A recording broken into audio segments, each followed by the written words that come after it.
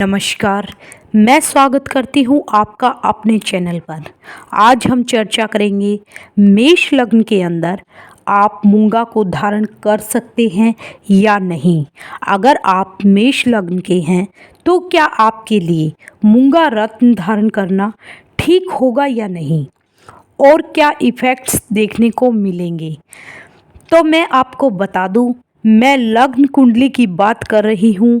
अगर लग्न में एक अंक लिखा है तो ये मेष लग्न की कुंडली हुई। हमेशा लग्न कुंडली को देखकर ही रत्नों को पहनना चाहिए, राशि को देखकर नहीं। अक्सर लोग राशि के अनुसार पहन लेते हैं और राशि की ही बात करते हैं। तो मैं आपको बता दूं, राशि आपका मन होता है और लग्न आपका शरीर। तो रत्न हमेशा शरीर पर ही फलित होता है, मन पर नहीं। यही सत्य है। अगर लग्न में एक अंक लिखा हुआ है मेष लग्न, मेष लग्न के स्वामी होते हैं मंगल देव, और वृश्चिक के स्वामी भी मंगल देव ही होते हैं। और मंगल के लिए मूंगा रत्न पहना जाता है।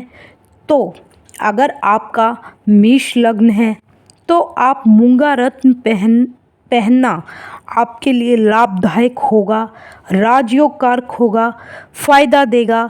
बस इस बात पर ध्यान रखें कि मंगल मेष लग्न में इन 4 जगहों पर ना हो। ये ध्यान रखें, इन जगहों पर अगर मंगल है और आपने मूंगा रत्न को धारण किया है तो दिक्कत हो सकती है। मंगल अगर चतुर्थ भाव में है और आप मूंगा रत्न को धारण नहीं कर सकते, निश्चित रूप से आपको परेशानी देगा। यहाँ पर मूंगा आपको भूमि संबंधी और रोजगार संबंधी परेशानी दे सकता है। सुखों में कमी हो सकती है, तो ध्यान रखें।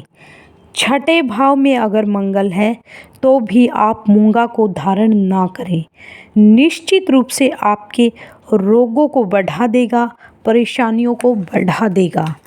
तो आप यहाँ पर भी मूंगा को धारण ना करें। कोर्ट कचहरी के चक्कर भी लगाएगा, ऋण भी बढ़ा सकता है, शत्रुओं से परेशानी बढ़ सकती है, परेशानियाँ आपका साथ नहीं छोड़ेंगी। तो अगर आप मेष लग्न के हैं और छठे भाव में मंगल हैं तो आप मूंगा को बिल्कुल भी धारण ना करें। अष्टम भाव में अगर मंगल है और आप मूंगा पहन लेते हैं तो कष्टों को बढ़ाएगा, बीमारियां बढ़ेंगी, आपकी ज़िंदगी में परेशानियां बढ़ेंगी। 12वें भाव में भी अगर मंगल है तो भी आप मूंगा रत्न को बिल्कुल भी ना पहने।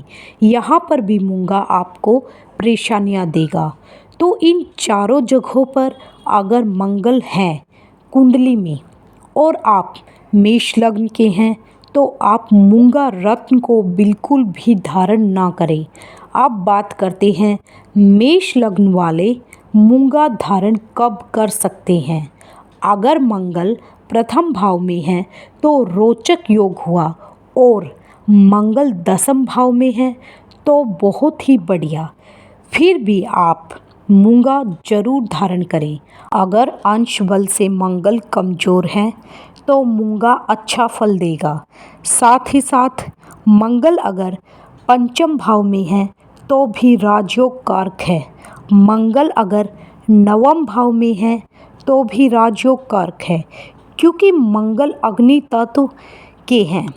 मेष राशि भी अग्नि तत्व की हुई, सिंह राशि भी अग्नि तत्व की हुई, और धनु राशि भी अग्नि तत्व की है।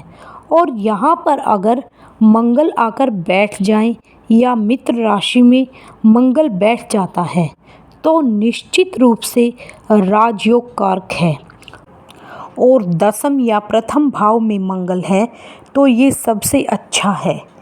इन जगहों पर अगर मंगल है तो आप मूंगा पहन सकते हैं, ये आपको लाभ देगा।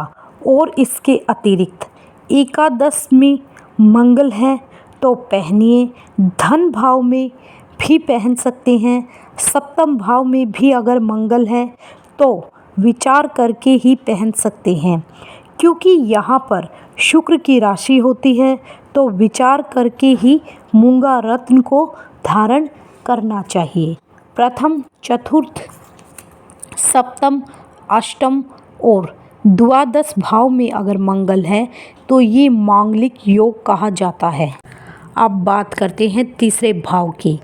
तीसरा भाव होता है पराक्रम का, परिश्रम का। वैसे तो यहाँ पर कोई भी ग्रह हो रत्न नहीं पहना जाता, लेकिन मंगल तीसरे भाव में है तो मंगल भी पराक्रम के कारक माने जाते हैं। तो तीसरे भाव में अगर मंगल है तो यहाँ पर मंगल लाभ देंगे, पराक्रम को बढ़ा देंगे और यहाँ पर सप्तम दृष्टि से भाग्य को देखते हैं, भाग्य में वृद्धि देंगे। इसलिए अगर मंगल तीसरे भाव में है तो भी आप मूंगा रत्न को पहन सकते हैं, आपको लाभ होगा। तो आज मैंने आपको मेष लग्न के अंदर किन परिस्थितियों में मूंगा को धारण करना चाहिए इस पर चर्चा की। इस विषय पर बहुत ही सरल तरीके से बात की है। और अगर आपको वीडियो अच्छी लगी तो चैनल को सब्सक्राइब करें, वीडियो को शेयर करें और कमेंट में बताएं कि आपको कौन से रत्न के विषय में जानकारी चाहिए। धन्यवाद।